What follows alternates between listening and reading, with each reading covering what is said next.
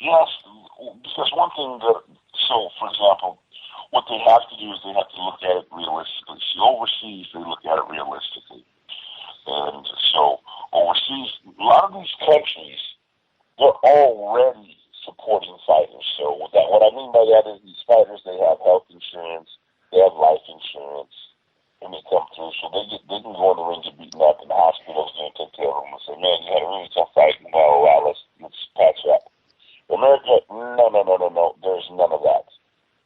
America says, look, it's like we give you a car insurance on your car, and you go smash it into the freaking wall, and then you keep coming back and saying, can I get another car insurance? Can I get some more car insurance? And they say no to that. So that's why UFC, and that's why, that's why most of the main organizations, UFC does have somewhat, UFC has been doing much better for putting forth some health insurance. But that's why fighting insurance, they put none of that. So when you go into fights, understand this. Your injuries will be paid for by your fight purse. Period. So you go do your battle and you walk out of there being bankrupt. Then you turn around and you tell your wife and your kids, oh, by the way, I'm no longer eating. Okay, because that's exactly what you're going to be getting into. So I hope you feel real proud of that as a man to do that. Okay? So now let's talk about what you can do, some of the things that you can do to improve the situation. Otherwise, we're going to be sounding like Ariel and only spitting off hate without ever educating people on how to improve the situation. So here are the things that I have done that have improved my life. And as you know, I have come from the NFL where I had some success and I've had some failures. I was number 69 in the overall draft pick. Now, some of you guys call me a bust. Hey, I call 69 the best overall position. So, let me first of all, I start by saying that, one, with your cash, okay, you are to put your money away so you can, one, help pay for your taxes for this and the next year. And then your money goes down on your house. Above and beyond everything else on your house. After the next few fights, this is what you just do solely. After that, so now you have taxes. You have your taxes that are paid for after. So just in case you get an injury. So right now, my taxes are paid for this year, and there are $20,000 more paid for into next year. Just in case I get injured, now it's okay. Then you're going to want to do anything you can to pay your house off as fast as you can. And it's got to be done fast. And the more you want that car, that Lamborghini, that hot boat, go to those exotic countries where all the girls run around naked and give you umbrella drinks and fan you off with grapes and big leaves and all that stuff. You've got to see that vision and say, you know what? I want it. I'm going to pay my house off faster. I want your house paid off, and I want your car paid off before you take any vacations, period. Now, the faster you do that, the closer it is you're going to get to your goal. I've already done that. My credit rating is 840. Okay? So it costs me $1,500 a month to live. So as you're over here talking, oh, this guy is losing it, just remember, that's me. Okay? You can ask my financial guide to whatever. So we've got to educate some of these guys on how to be able to make wealth in this system. Still keep it down to 1,500. That's nice, man. I gotta say, holy shit, that's awesome. That is economic genius right there, man.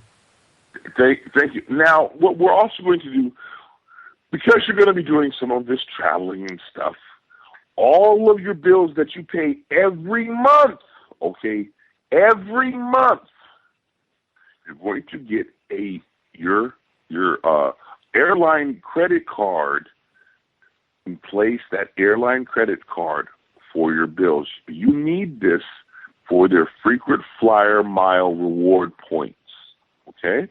So that's like your cell phone bill, your light bill, your garbage bill, You're going to now transfer all of that on your credit card every month, and you're just going to pay that credit card off each month just like you would that bill anyway. Anyway, just like you do that bill anyway, that's what you're going to do. Consolidation. Because now because now that those points are going to go up. Now, once you have those enough frequent flyer mile points, the next flight that comes over is going to say, well, hey, I'm going to fly you. Now, listen, UFC and a lot of these other organizations fly you economy. Me, it's a little different. I'm flying first class to business. But now they're going to say, hey, we're going to fly you over here economy, or we're going to fly you first class if you get a really nice organization. And you're going to say, how about you give me the cash for the first class, and I'll be able to fly myself over there. On your own miles. That's right. And you fly. And now you put that money over there. That money goes down on your house, or that money goes in your retirement account. Either way, you want to hurry up and blast that house off real quick. Get that deed of your house paid off quickly. Now, let everybody else. Now, just do that. Because I promise you, I know it's difficult, but after about a smooth 5 years of you hardcore put it down, you will really see your health improve. You will see everything else stand up. And it's going to give you a lot of strength, too, because a lot of strength is going to come by the fact that when everybody else is talking, you're going to be the one that's, there's no way you're going to be talking because you're going to be right there on that beach, lounging up, loving it, and enjoying it. See, one thing that I really love the fact that I'm on your show is because a lot of people wonder, like, how is Bob traveling around the world and stuff like that? It's pretty damn easy because it's real cheap because before they get you, they can pick me because I can go for free and save them money much more cheaper to bring me than to bring you. So I've already set my business model up so in the future I would be A-OK. So no matter what, I can still rock and sock them. So I can go all the way back down, and you tell me if it only costing me $1,500 a month to live, you tell me how much money it is do I have to charge to even get into the ring in order to make a profit. So when I'm telling you, this is how you do it, really listen to what I'm talking about. There's a reason why if you ask any of the fighters and the veterans, tell you, the best fighter in the game, Bob Sapp, nah, he's probably one of the worst fighters in the game. The smartest fighter in the game, Bob Sapp, and you better listen to him, talk to him, and ask him how the hell he's doing it, because he's doing it in a huge way. The documentary right now is following me around, so these things I can say that are very, that's already out in the public. The documentary has went through, and they've told how much money I make per day. It's between $5,000 and $10,000 a day. So you can listen to Ariel spit out hate and be stupid, or you can actually listen to the mistakes that I have made, and learn the lessons that I'm giving you. Hey, I'm almost 40 years old. I have no. Do you actually think I'm trying to be some on top of the world? There's no organization that I can have any belt for to even try to be number one on at any cost. So it's only strictly just go in there and get a fight done, and that's it. I mean, there's nothing else left in between then. So there's all of these little things, but the most important thing is we have to educate the guys to come up here so that then they can at least have some success at it. Let's talk briefly about sponsors, because a lot of people have this kind of misconception of sponsors. Yeah. When I have a sponsor, okay, when I go to my sponsor owns one of the Japan shopping networks. I take a day off. It takes me 5 hours to get on the train.